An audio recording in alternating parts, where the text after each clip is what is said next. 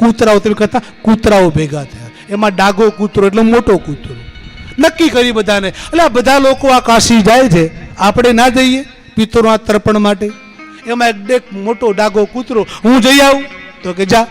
ગામના લોકો ભેગા થયા, જાગરણ કર્યું, સવારમાં ઢોલ વગાડાયું, બેન્ટ વાજા લાયા, એને મૂકતા મૂકતા બધા ગાતા ગાતા ગામના ઝાંપે બધા મૂકવા ગયા. પેલા કીધું સાંભળો, અહીંથી મને કાશી પોકતા અઠવાડિયું થાય, અઠવાડિયું ત્યાં તર્પણ કરાવું એમાં થાય, અને અઠવાડિયું પાછું આવતા થાય, પણ 3 અઠવાડિયા થવાના છે.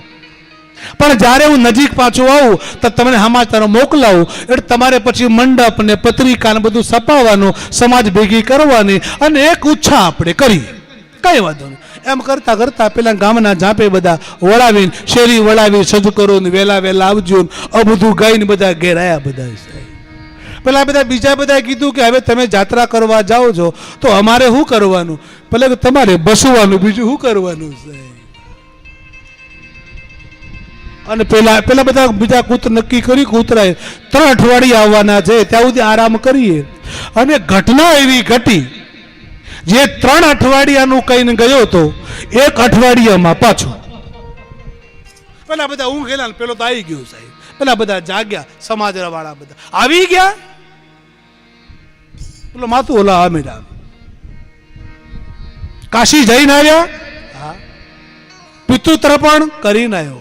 પેલા બધા કે તમે કહેતા હતા અઠવાડિયું મને જતા થાય, અઠવાડિયું ત્યાં રોકાવાનું, અઠવાડિયું આવતા થાય, 3 અઠવાડિયા તમે, અને 1 અઠવાડિયામાં આટલી મોટી યાત્રા પૂરી કરી.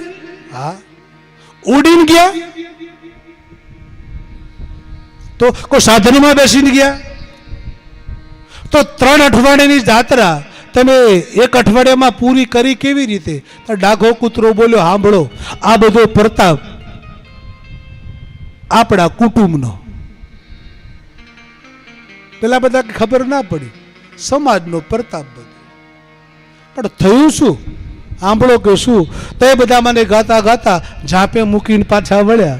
એથી આગળ વધ્યો, આગળ પેલું બીજું ગામ આવે કે એ ગામના ઝાંપે પોક્યો, અને આપણા ભાઈઓ બધા જોઈ ગયા, અને મારા પાછળ પડ્યા બધા. પેલા પાછળ પડ્યા અને મારો વેગ વધ્યો, થોડોક વધારે દોડ્યો. બીજું ગામ આવ્યું, બીજા ગામ વાળા પાછળ પડ્યા, થોડોક વધારે દોડ્યો. પેલા બધા પાછળ પડવામાં રહ્યા, અને હું દોડવામાં વેગ વધ્યો, અને એટલો વેગ વધ્યો કે 3 અઠવાડિયાની જાત્રા 1 અઠવાડિયામાં પૂરી કરી નાખી સાહેબ. એમ નિંદા કરવા વાળા પાછળ પડે ને એટલે સમજવાનું, હવે આપણી યાત્રાનો વેગ વધવા લાગ્યો છે સાહેબ. આ નરસિંહના પાછળ ઓછા પડ્યા હતા.